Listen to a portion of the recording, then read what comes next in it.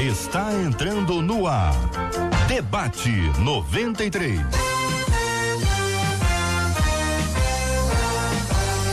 Realização 93 FM. Um oferecimento Pleno News. Notícias de verdade. Apresentação J.R. Vargas. Alô, meu irmão. Alô, minha irmã. Aqui fala J.R. Vargas. Estamos de volta. Começando aqui mais uma super edição do nosso Debate 93 de hoje, nessa sexta-feira, dia 27 de dezembro de 2019. Dia de festa! Uhul! Marcela Bastos, bom dia. Bom dia, JR, bom dia aos nossos ouvintes, aos nossos debatedores, um bom dia já com tchauzinho pra turma do Facebook. Você que tá acompanhando a gente, ainda não corre pro Facebook, você vai conhecer a gente aqui com imagens. Aproveita, de repente você tá emendado nesse entre Natal e Ano Novo, então corre pra poder ver a gente. Participa também com a gente 968038319, WhatsApp. Você manda pra gente, além da sua opinião durante os temas do programa de hoje, manda o aniversário do pastor e da pastora. Como hoje é sexta-feira, a gente comemora os aniversariantes de hoje e de amanhã, no sábado, manda pra gente, não esquece de seu nome, que a gente quer te honrar até o final. Muito bem, Marcela Bastos, sabe quem te manda um abraço? O pastor Ricardo Pinudo. O pastor Ricardo Pinudo te mandou um grande abraço, dizendo que está esperando toda essa galera que acompanha a 93 FM para o futebol beneficente, o Craques da Paz. Será hoje, dia 27, às 17 horas, na Go League Arena, ali no Casa Shopping. Entrada 2 quilos de alimento ou um brinquedo. É um futebol beneficente, nós já fizemos parte desse time algumas vezes, né? Jogando, treinando ou mesmo andando. Jogando, eu joguei pouco tempo. O presidente tá rindo por quê? Por que o presidente tá rindo? O presidente foi meu convidado especial aqui, e inclusive foi quem deu o pontapé inicial no jogo. Marcou isso, tá na nossa história, isso aí, ué. Deu aquele pontapé inicial, né? Mas riu, eu vi que riu. Eu vi que riu, quando você falou, ele riu, eu vi que ele riu. Porque ele sabe que ele jogar. Não, jogar é maneira de dizer, jogar. Não dei show, porque não deu tempo. Se tivesse mais tempo. Sei, todos os outros. Não, os outros, olha, não é brincadeira. Meus amados debatedores, eu amo vocês. Nós vamos ter um jogo aí especial aí em breve agora nesse ano, porque realmente tá complicado. Sexta-feira, hoje então, 17 horas, o futebol beneficente do Craques da Paz. Um abraço para o pastor Ricardo Pinudo, Fabinho e todo mundo ali dos Craques da Paz. Gente boa que está sempre nos acompanhando aqui na 93 FM. Marcelão, nota 10, Marcelão. Aquele abraço, meu querido, Deus te abençoe cada dia mais. É sempre muito legal estar com pessoas especiais como esses queridos irmãos e parceiros ministeriais. Marcela. Vamos apresentar a nossa mesa, todo mundo já preparado para o debate de hoje. Nossa menina da mesa, pastora Cirlei Figueiredo. Ao lado dela, pastora A Cirlei tá diferente. O que é? O óculos? Ei, pastora. É o cabelo? Pintou? Pintou o cabelo. A cara dela, não fala nada, ela só olha. Conheço as pessoas. Eu sinto quando estão diferentes. Ela falou que ela está mais loira. O microfone está aberto, pode falar no microfone. Não, é a pegadinha. Eu só estou mais loira. Tá vendo? Percebi. Isso muito bem. Significa estar mais jovem. Mas muito mais jovem, pelo amor de Deus, cada vez mais. O pastor Antônio Orestes, ao lado da pastora Cirlei. Aqui ao meu lado, o pastor Zé Magalhães, é o presidente interplanetário, mundial, internacional dos debatedores. E aqui ao meu lado esquerdo, pastor Rafael de Almeida. Todo mundo já preparado para o debate. Muito bem, quero fazer um convite especial a você que está nos acompanhando pelo rádio, você que nos acompanha pelo aplicativo da 93 FM, você está no site, vem para cá, vem pro Facebook, acompanha essa nossa live de abertura com esses nossos debatedores, nosso estúdio, o clima interno aqui, é sempre muito legal quando a gente tem você, por exemplo, acompanhando os recadinhos que chegam, é sempre muito bom e muito oportuno. Que bom que você está aqui, que privilégio nosso ter você aqui na 93 FM. Você está ligado no Debate 93 com J.R. Vargas. Tema 01 do programa de hoje, minha gente. Vamos a ele. Uma amiga recém-casada me disse que ela e o marido saíram do trabalho para se dedicarem ao reino de Deus. E ela completou: Deus proverá todas as coisas, afinal, estou na direção dele.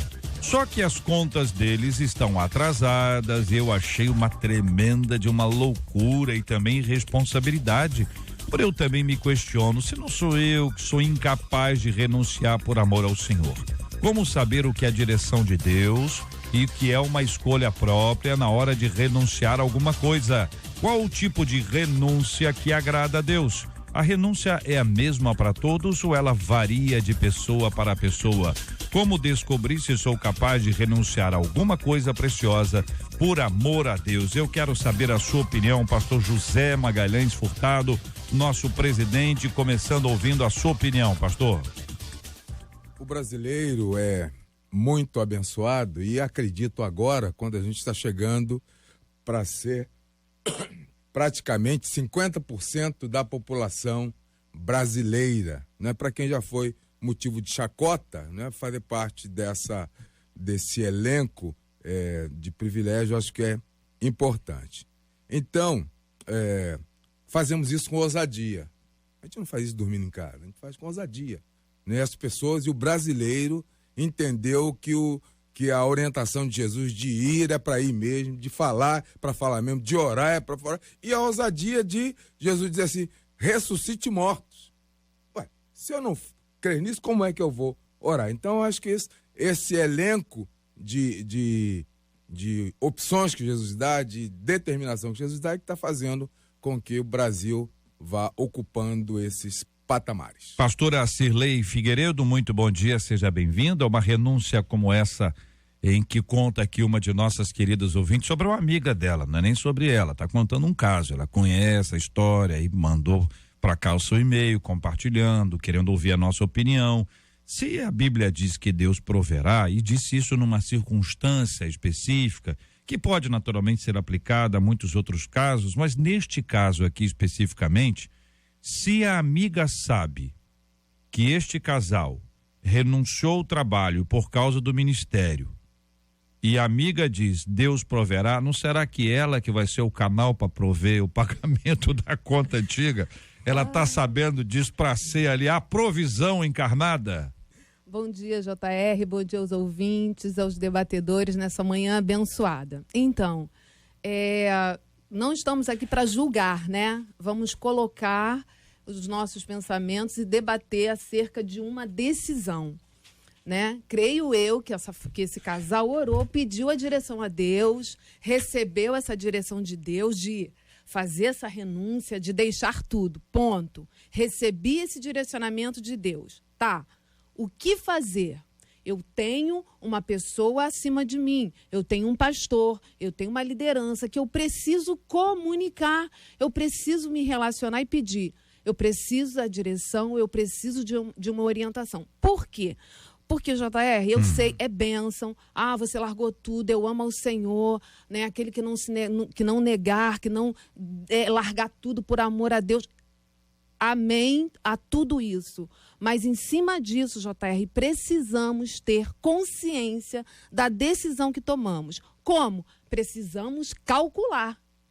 É isso que está em Lucas. Eu até separei aqui esse texto de Lucas 14, é um texto até grande, que fala o preço do discipulado. E aqui ele vem falando sobre 3 parábolas. Então, assim, a gente não pode simplesmente, larguei tudo, quem é que vai? Então, vamos calcular. Vai dar para construir a torre? Vai dar para vencer a guerra? Vai dar para ser sal da terra? Porque senão, tudo que eu fiz é perdido. Por quê? Porque Deus não tem tudo de nós. Em Lucas 14 fala assim, ó, o versículo 33 diz assim, renunciar a tudo o que possui. Não pode, se não renunciar a tudo que possui, não pode ser meu discípulo. Tudo é tudo. Você está disposto a renunciar a tudo, então você vai calcular como vai ser isso tudo. Como vai ser a sua jornada em Deus. O JR colocou. Então, pastora Cirlei, pode ser que essa amiga vai ser aquela que vai suprir. Você precisa entender como vai ser esse processo. Por quê? Não dá para você chorar e falar, Deus mandou e agora eu estou passando por isso tudo e Deus é o grande culpado. E aí a família não está junto, os filhos não estão juntos e aí há um sofrimento que Deus não te colocou nisso. Foi você. Por quê, JR? Outro ponto que eu vou colocar aqui. Há um glamour que não é a realidade, que é a fantasia desse tempo que nós estamos vivendo. De quê? De sucessos ministeriais, de igreja explodindo, de você viver... Isso daí é uma fantasia, porque o evangelho de Jesus, quando ele sai, ele é carpinteiro, ele sai lá da sua função, ele não tem casa. Ele não tem casa. Mas ele tem o quê? Ele se organizou para estar em determinados lugares, para dormir, para fazer a ceia. Eu preciso... Então você precisa se organizar. Não é simplesmente abandonar tudo e vamos ver o que vai dar. Pastor Rafael de Almeida. Bom dia. Bom dia. Você leu o texto de Lucas no começo do programa. A pastora Cirlei leu o texto de Lucas 14. Bom, deixa eu ler logo o outro texto que eu separei antes que alguém cite ele também. O apóstolo Paulo escreve aos Coríntios, esse texto é muito importante para nós, é 1 Coríntios 9, 13 e 14, ele faz uma analogia entre pregar o evangelho e sacerdócio. Ele fala que assim como aquele que serve ao altar deve viver do altar, quem prega o evangelho deve viver do evangelho. Então esse é o princípio bíblico, sim, é justo viver do evangelho, mas eu concordo com a pastora, eu tinha separado esse texto aqui também, você tem que fazer as contas. Quer dizer, quando Jesus sai em viagem com os 12, tinha pessoas que o sustentavam, está escrito que tinha, né? Quando Paulo sai para viagem, se ele não tinha sustento, ele tinha uma profissão que ele podia exercer em qualquer lugar. Quando ele não tinha sustento, ele fazia tenda, sustentava ele e os outros. Quero dizer o seguinte, Jesus ressuscitava mortos, curava cegos, a gente tem fé para fazer isso. Então, assim, muitas vezes a gente quer, mas não tem a fé para isso. Viver do ministério é assim. Para você viver do ministério, tem que ter um ministério que te sustente. A minha família é evangélica. Meu bisavô era pastor. Então, durante mais de 100 anos, a maioria das igrejas era muito pequena, os pastores tinham uma profissão secular, porque as igrejas não podiam sustentá-los. Eu vi pastor que viveu nessa, afano, recolheu o INSS, não preparou a aposentadoria e não tinha do que viver quando ficou velho. Então, assim, se o teu ministério te sustenta, ótimo. Se não sustenta, você precisa ter uma profissão secular até que ele te sustente. Fora disso... A não ser que Deus haja, e a gente só sabe que ele falou quando ele age, é fantasia. Porque quando Deus falou, ele vai fazer. E se não acontecer, é porque ele não disse. Pastor Antônio Orestes, queremos ouvir a sua opinião. Bom dia, bem-vindo, meu irmão. Bom dia, JR. Bom dia, ouvintes, debatedores. Bem, como já foi abrilhantado pelos colegas aqui, essa decisão que eles tomaram tem um lado bom aqui, porque eles tomaram de comum acordo. É um casal e eles tomaram de comum acordo. Agora, a questão aqui é que eles dizem, nós estamos na direção de Deus, Deus vai cuidar. Ok, aí existe também, sob direção de Deus, a questão de tempo. Será que esse também era o tempo, a forma, o jeito correto de fazer? Porque, veja bem, boa parte das pessoas citam o fato de estar fazendo a obra de Deus e se dedicar integralmente. Mas a obra de Deus pode ser feita de várias maneiras. Inclusive, já citaram vários Lucas, eu também quero citar Lucas também para não ficar fora. Em Lucas 8,3 vai falar das mulheres que serviam a Jesus com suas fazendas. Veja bem, nesse caso aqui é totalmente o oposto. Ao invés de ela deixar a produção de bens, ela usa os bens para sustentar aqueles que já foram. Às vezes também é mais produtivo, ao invés de eu me lançar, ajudar quem Deus já chamou e já se lançou. Isso é um suporte para aquela pessoa, para aquele ministério. Agora, a ousadia da pessoa também tomar uma atitude e acreditar é boa. Agora, vale também entender qual o caminho que Deus vai dirigi-la nisso tudo e calcular os riscos, como já foi colocado pela pastora. Muito bem, não resta dúvida que a gente pode ter dificuldade. Sim. Não é? O ministério tá associado ali a passar luta, pode ter espinho na carne, pode sofrer naufrágio, pode sofrer na mão de patrícios, pode sofrer açoites, quer dizer, o tema da dificuldade, da luta está associado. Agora, quando se apresenta neste quadro aqui, largou tudo, renunciamos tudo, porque entendemos que essa é a vontade de Deus, se entende que é a vontade de Deus, que pague-se o preço. Mas que ninguém sofra, que ninguém além das pessoas sofra por causa disso. Se tiver filhos, que eles não passem fome, que eles não passem nenhum tipo de necessidade, né? Quer dizer, é um negócio complicado, gente, porque se a gente pensar o seguinte, olha, a gente está aqui, Brasil, liberdade, estrutura, tranquilo.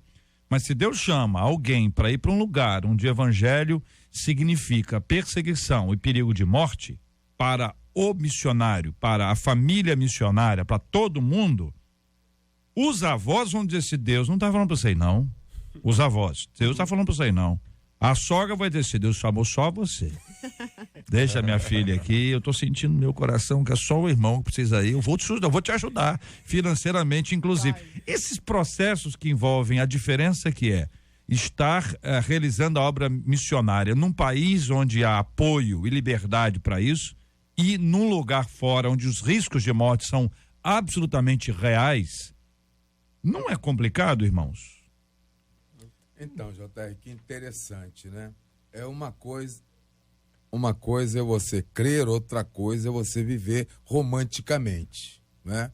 Nós, quando eu digo sou eu, né? Os mais antigos, né? A gente via que as pessoas entendiam que falar de Jesus era falar na sua rua, falar no ônibus que ele ia para o trabalho, né? Levar folheto no bolso, né?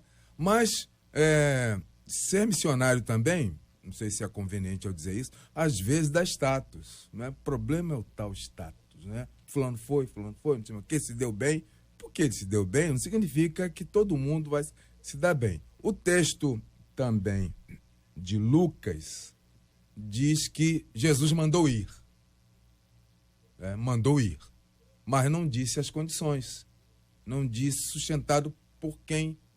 Né? Temos uma sociedade onde as pessoas se ajudam, mas nós estamos um pouco diferente, num estágio um pouco diferente dessa sociedade. Pelo menos é o que eu vejo nas igrejas. Né? Meus irmãos, a contribuição, os missionários, não sei mais do que, esses apelos, porque, obviamente, alguém está faltando com sua parte. Então, é muito bom perceber, fazer o estudo, né? Você pode servir lá, mas pode servir aqui também, na esquina, num bairro aqui próximo, na Amazônia, né? Que é o fervor do mundo, né? Então, não dá pra gente tomar uma atitude romântica e depois dizer assim, Deus não está cuidando de mim. Olha, um ouvinte nosso aqui pelo WhatsApp diz, JR, nós temos aqui um primo que deixou um emprego muito bom na Caixa Econômica para atender o chamado de Deus na África. E está muito feliz.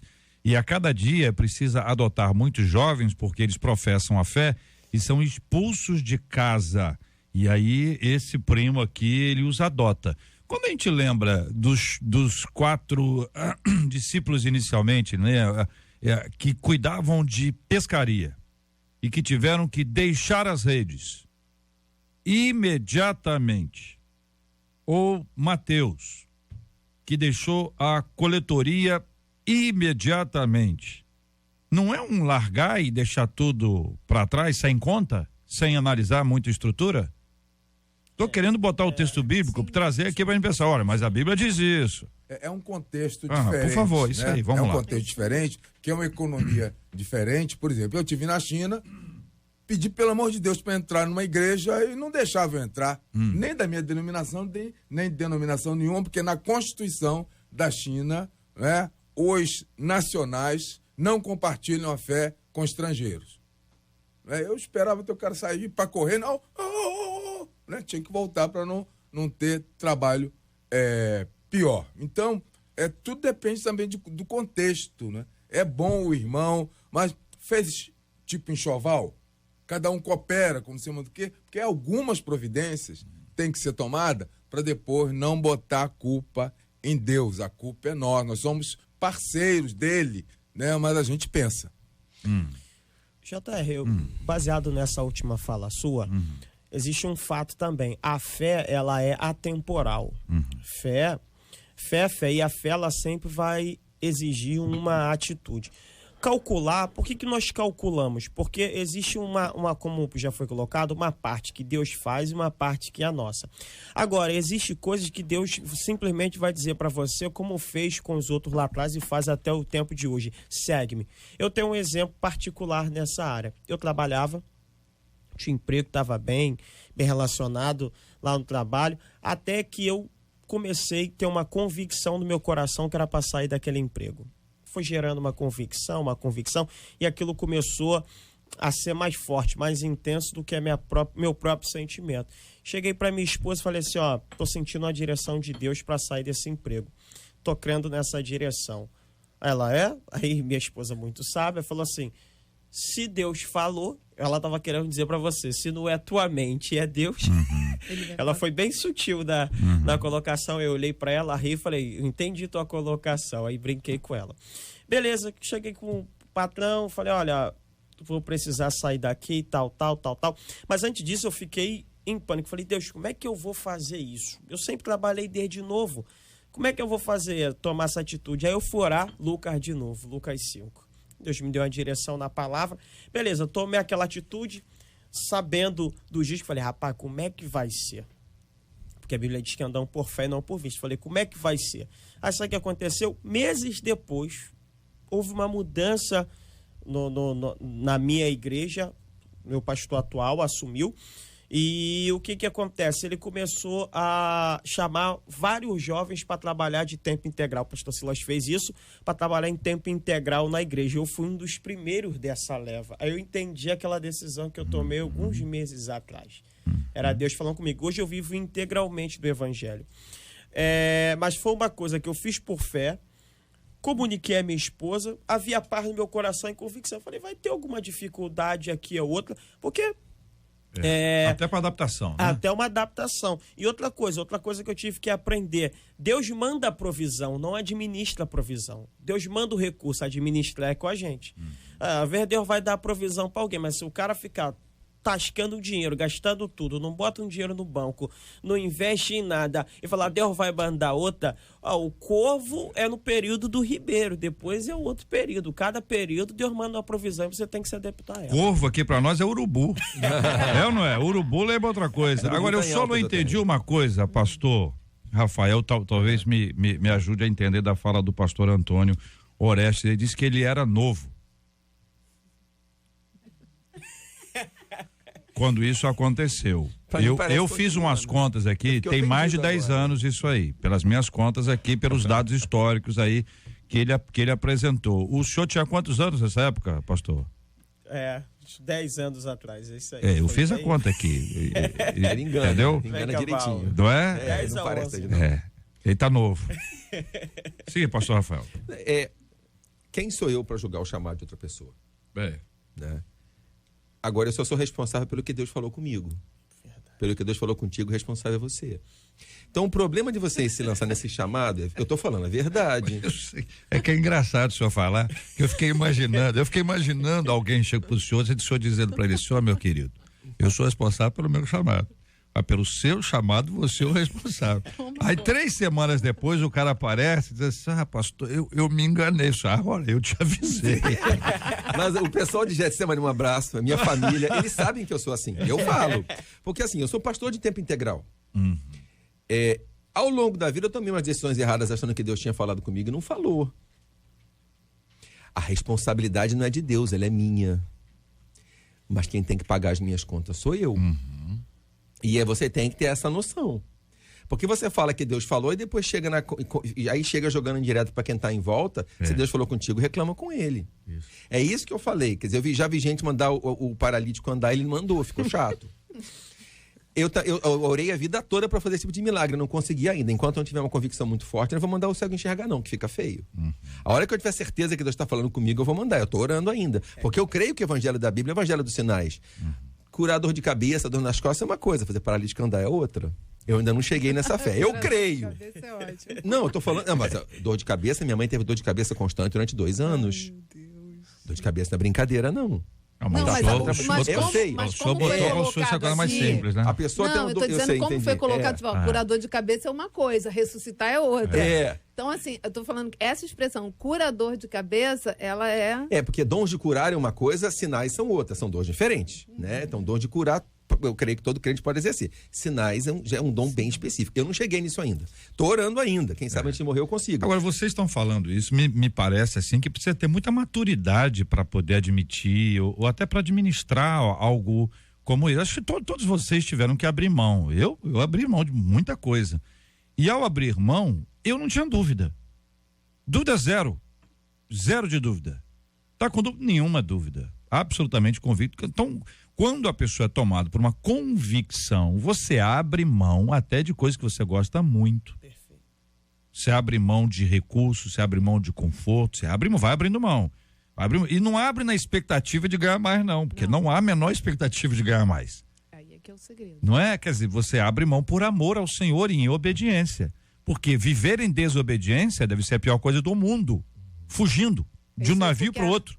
De um navio para o outro. A renúncia, ela é o quê? Ela é a obediência. Quando você colocou aqui que os discípulos foram e atenderam imediatamente o chamado, aquele chamado específico, quando a gente entende o chamado de Deus e a gente o atende, a gente diz sim, tenha certeza que esse sim, na sua trajetória, na sua vida cristã, a sua vida é de renúncia dia após dia. Porque dia após dia vão ter situações que vão ser apresentadas a você e você vai dizer não, porque eu quero a vontade de Deus. Então, assim, a nossa caminhada, o nosso estar aqui é viver com Cristo, dizer, Ele me amou, eu me entrego, a vida dele é a minha é dele, então não sou eu quem vivo, mas Cristo vive em mim. Então, a vida de renúncia é diária, JR. Você, quando você vai para um seminário, as pessoas dizem assim, pelo menos para mim, você vai ganhar o quê? Você vai ganhar quanto? Quanto que você vai ganhar? Eu fui para um internato. Mas deixa eu acrescentar um negócio aqui que eu acho importante. 4 anos. 4 anos. Pinheiro, eu acho que assim, feito de maneira responsável, o pastor não ganha, em geral, não ganha tão menos quanto as outras profissões do Brasil hoje. A igreja está estabelecida, mas para você viver do ministério, você tem que ter uma igreja que te receba como pastor. Se a gente comparar com outros profissionais de nível superior e tal, não está tão... Porque o Brasil todo está em crise. O que eu estou falando é que isso tem que ser responsável. Se qualifica. Alguma igreja tem que te reconhecer como pastor. Alguma agência missionária tem que te abraçar como Deus vai falar com mais alguém. É isso, pastor Rafael? Deus vai falar com o rapaz lá que é o tal missionário. Ele acredita, mas vai falar com o pastor dele, vai falar com a mulher dele. Qual é o problema de ter humildade, de se submeter a um seminário, de se submeter ao processo da tua denominação, de se submeter a uma igreja e entrar para o ministério pelo caminho. Não, ele falou comigo, eu vou alugar uma garagem e vai explodir. Tem muita gente alugando tempo que diz que Deus falou e deixando a conta para o fiador pagar. Muito. Gente que perdeu o casamento, esse é o ponto que eu queria chegar. Paulo falou, por isso que Paulo fala que é melhor não se casar. Se você é casada, você não pode tomar esse tipo de decisão sem o consentimento da tua esposa ou do teu marido. Se você tem filhos, você é responsável pelo sustento dos seus filhos. Tem filho de pastor que não quer nem ouvir falar do ministério, que passou necessidade. Mas porque a motivação é aquela que você tá, olha como é que fulano tá no sucesso, né? Então, se o teu coração for levado para esse lugar não é o reino. E aí você perde a percepção do que é o reino de Deus. Você pensa que Deus não falou, aí você se decepciona com Deus, frustra toda uma família, filhos que não querem saber de Deus, porque olha o que Deus fez, porque foi isso que eu recebi de ensinamento na minha casa, porque eu vi, né, um exemplo que eu estou colocando aqui. Então, assim, o padrão hoje que precisamos retornar é do chamado de Jesus. Positivo. É desse chamado. Agora tem uma coisa... Pois não. Por favor. Mais velhos antes, o senhor primeiro.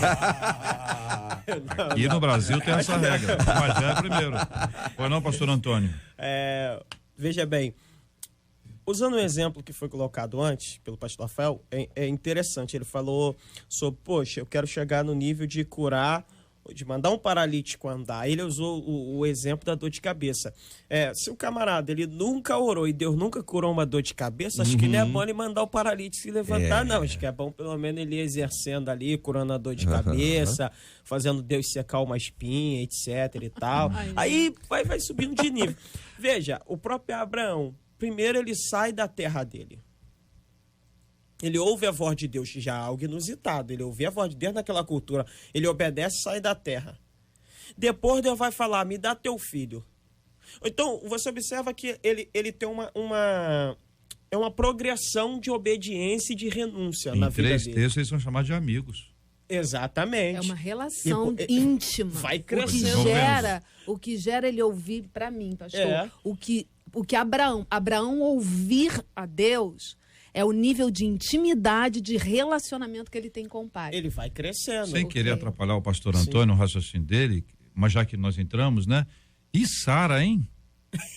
Pior que eu acho que ele não comunicou Não a é? Sara. Porque é o seguinte, no caso ali, a gente fala, Abraão ouviu. Abraão ouviu a voz do Senhor, Deus falou com ele, Deus fez promessas a ele, fez, né? A conversa tá ali. Ele é o chamado de o pai da fé. A gente diz Deus de Abraão, de Isaac, Jacó, José, vai diminuindo a turminha e tal. Mas no caso dela especificamente, que é uma parceira de ministério, que integrou todo esse início dessa semente que o evangelho estava sendo colocado a partir dele para se espalhar para o mundo inteiro, ela teve um papel fundamental nessa história, gente. Positivo. JR, aproveitando isso aí, a gente até amplia isso aqui, veja bem. No caso de sair de Ur dos Caldeus, com certeza Abraão deve ter comunicado a Sara. Mas no caso lá de dar o filho, eu tenho certeza, na minha opinião, que Abraão não comunicou a Sara. Deus falou com ele, ele saiu no dia seguinte. Imagine Abraão chegando para Sara e falando, amanhã de manhã eu vou sacrificar Isaac. Sara ia sacrificar Abraão. Tava resolvido, não ia ter problema. Agora você veja bem, a Bíblia diz que pela fé Sara concebeu, mas a Bíblia não diz que pela fé Sara entregou. Quem entregou pela fé era Abraão. Então, Sara tinha fé para gerar, mas talvez ela não teria fé para sacrificar. Abraão teria essa fé. Já Ana tinha fé para gerar e tinha fé para entregar no templo. Eu acho que isso é importante, alguém conhecer quem está do lado, porque às vezes quem está do lado tem fé para um nível de coisa no ministério, mas não tem fé para uma outra, e se misturar tudo é o que dá problema. Voltando ali antes do sacrifício, que é o seguinte. A gente entra aqui quando ele coloca de Ana, porque Ana, o relacionamento, volta a falar de intimidade, de entrega. Ana, antes de receber o filho, ela já havia entregado. Ela já tinha ofertado, né? E não assim, e Sara não foi assim. Né? Então, a pastora fala bonitinho, né? A pastora não fala bonitinho, ela muda o tom de voz. Ana tinha muita fé no Senhor. Mas é o seguinte, você imagine bem a cena, Abraão chega para Sara e diz, Sara, é o seguinte, Deus determinou que eu ofertasse, eu sacrificasse o nosso filho. Imagina a irmã Sara pensando o que é que eu fui fazer com Agar e Ismael.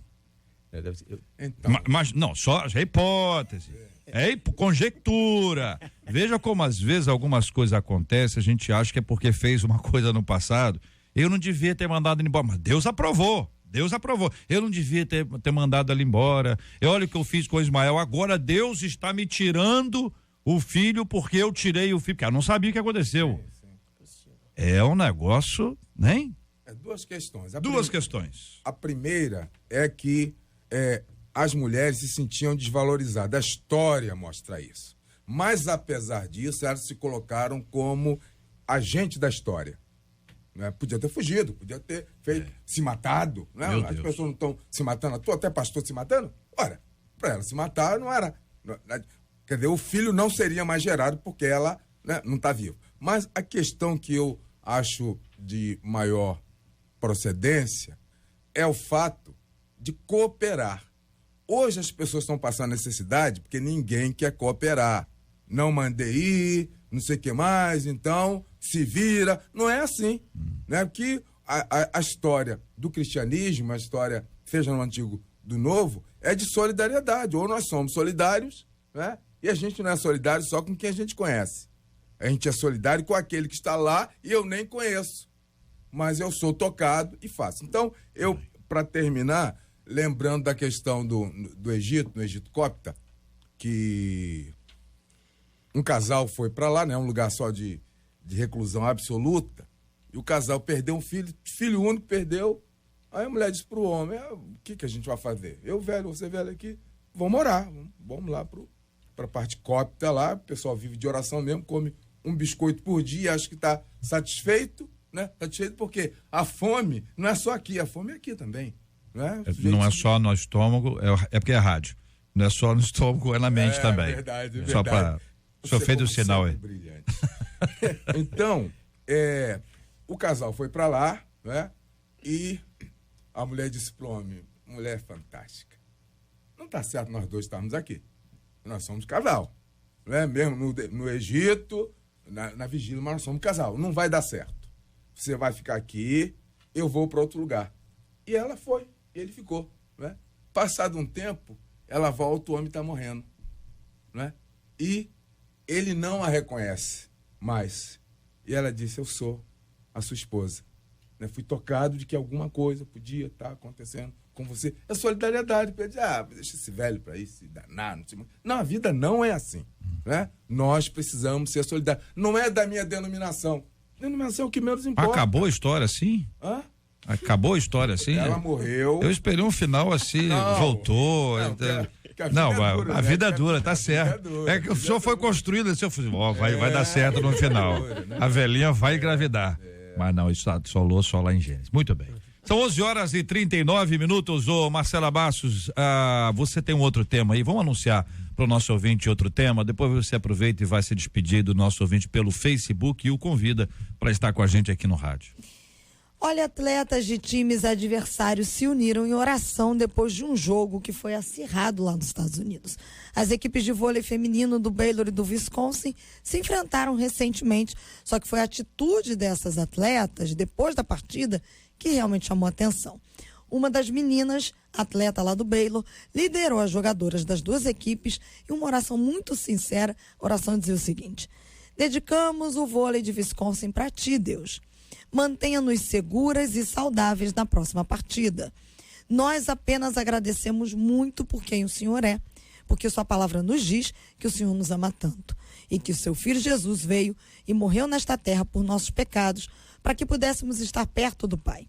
E por isso, oro para que aceitemos essa verdade e que apenas sejamos obedientes às coisas para as quais o Senhor está nos chamando a fazer nesta vida. Nós chamamos muito. Em nome de Jesus, amém. Que bonito, hein, gente? Que bonito. Oração linda, Uhum. E aí a gente vai perguntar aqui para os nossos debatedores, para você também que está acompanhando a gente, que vai sair do Face, vai correr para 93.3 no rádio, vai correr para baixar lá o nosso aplicativo, que aí você ouve qualquer parte desse nosso mundo, e também depois para você que quiser acompanhar no Spotify, qual é o poder da oração por aqueles. E em casos como este, com aqueles, não só por, mas também com aqueles que aparentemente são os nossos adversários. E a gente cita 1 Tessalonicenses 5,17, que diz, orem continuamente. Deus abençoe vocês no Facebook. Muito bem. E aí, quem vai começar a falar? Pastor Antônio. Pastor Antônio, é com o senhor. Bom, JR, orar sempre é uma arma poderosa, até porque quando oramos não falamos a homem, falamos ao Deus Todo-Poderoso. Então a oração sempre vai ter muito efeito.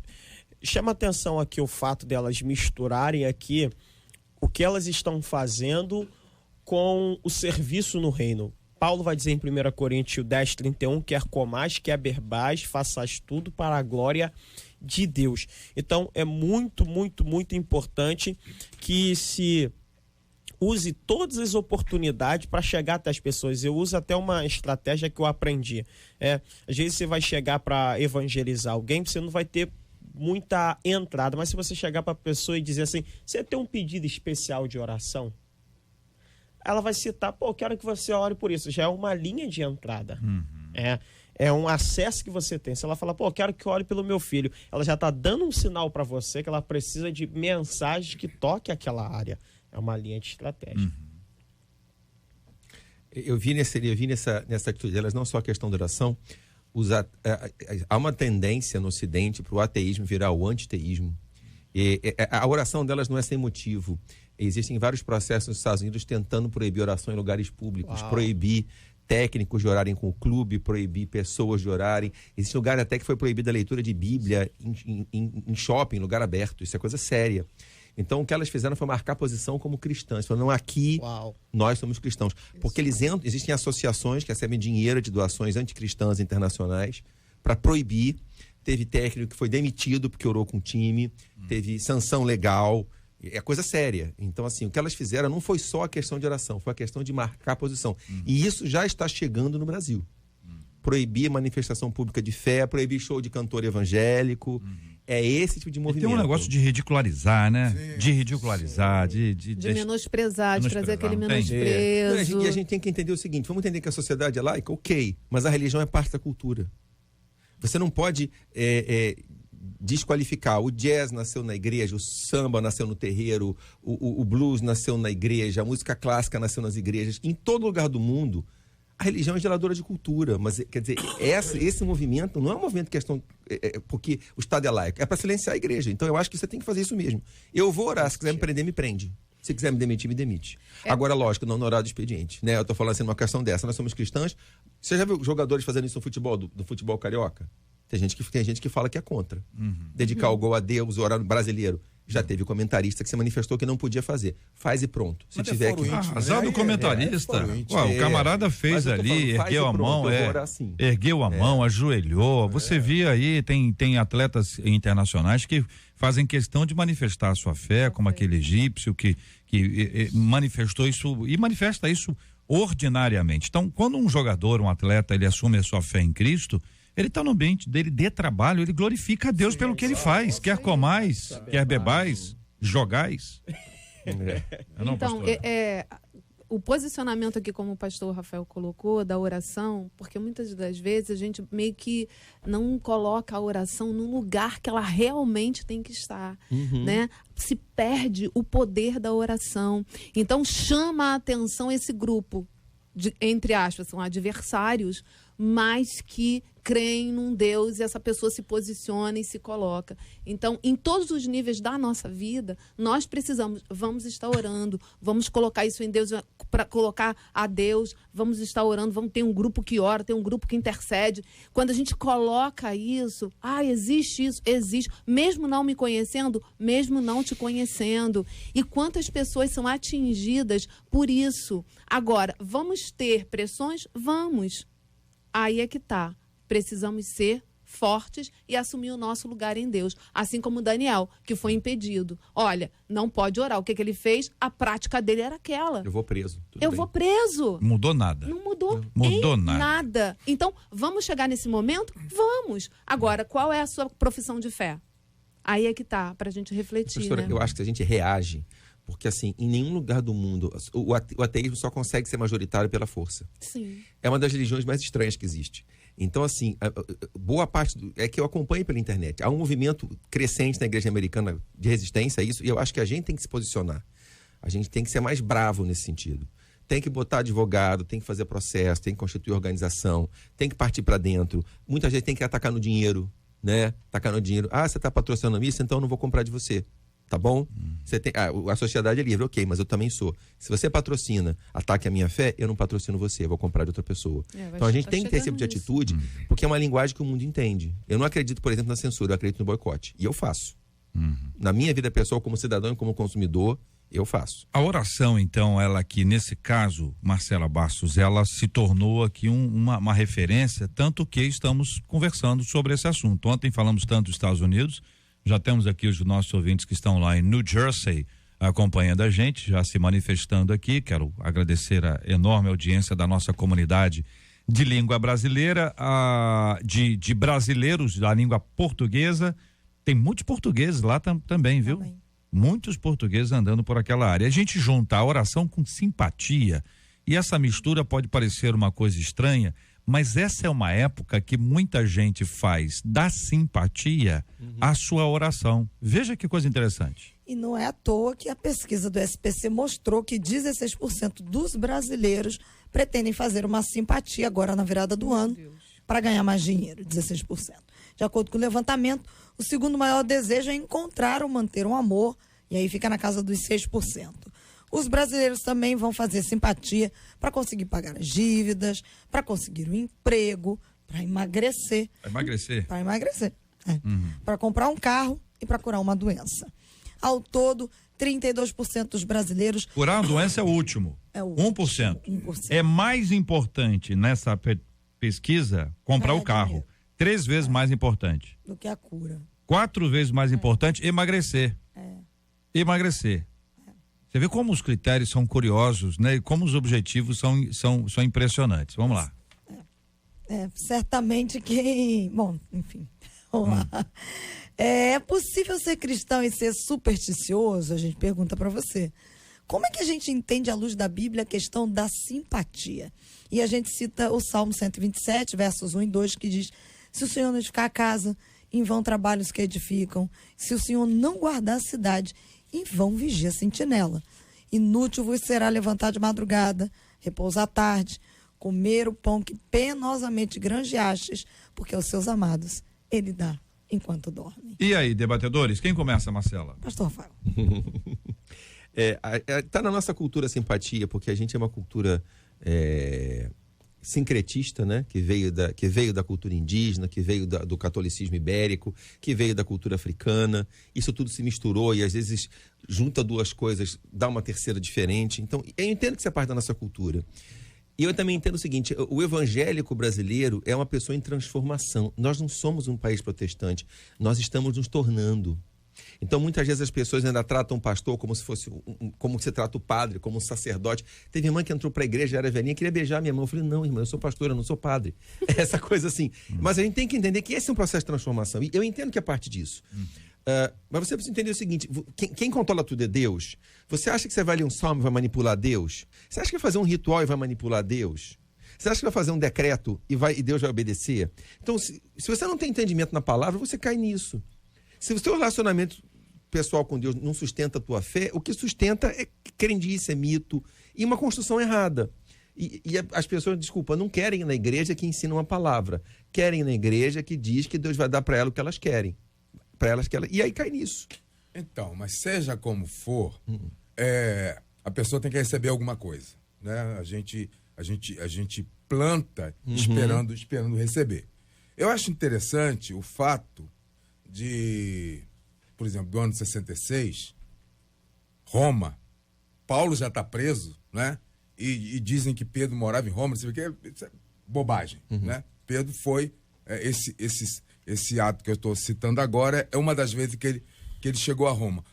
Pedro está fugindo de Roma porque Paulo já está preso, já está marcado a morte dele, e Pedro está lá, diz a tradição que Pedro, fugindo de Roma, né? Fugindo de Roma, aí ele percebe uma pessoa entrando em Roma, né? E ele falou, eu conheço essa pessoa, né? E ele disse, é Jesus, entrando em Roma. Ele falou, Senhor, eu estou fugindo de Roma, o senhor entrando em Roma, me explica. Ele disse, vou lá morrer de novo por você.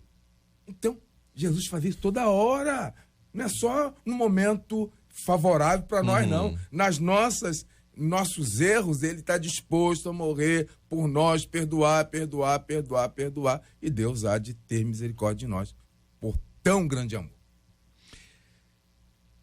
Então, eu acho que uma coisa boa que a igreja evangélica faz é ensinar o seguinte, para você ter um relacionamento, você tem que conquistar alguém.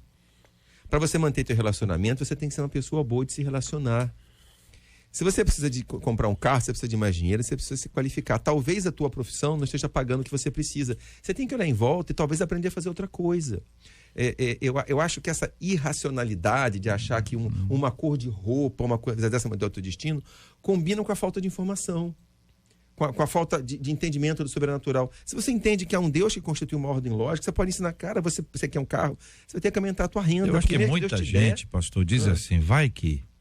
Entendeu? É o seguinte, vai que o senhor, olha, o negócio tá bravo. O ano novo tá aí. Vou botar uma roupa amarelinha. Quem sabe? Vai que, né? Quem sabe. Olha, atrapalha. Se não atrapalha, de repente ajuda. Essa crendice dólar, popular, né? Tem um dia, essa crendice que alimenta, que envolve as pessoas, que aprisiona as pessoas. A pessoa fica presa. A pessoa fica presa. Não são poucas as pessoas nos nossos cultos que na virada do ano estão de branco. Não é proibido ir de branco. Não, é proibido, pastor? Não. Mas assim, se der uma olhadinha na praia, você acha que vai estar que cor lá? A maioria. Vai estar branco, mas a maioria. Vai também o ouro, né? O vermelho, que é negócio todo. Mas não tem um negócio assim de... Será? Vai que?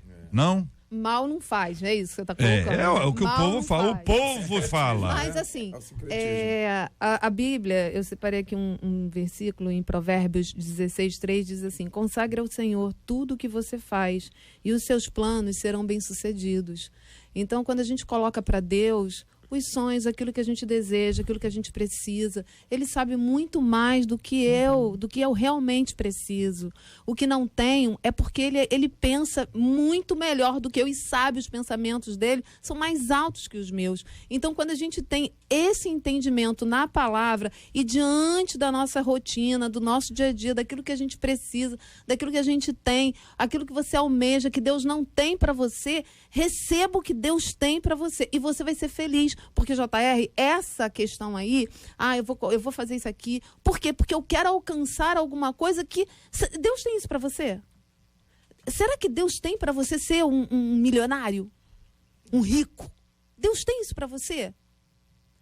Eu entendo que Deus tem os propósitos. Em tudo na minha vida é propósito.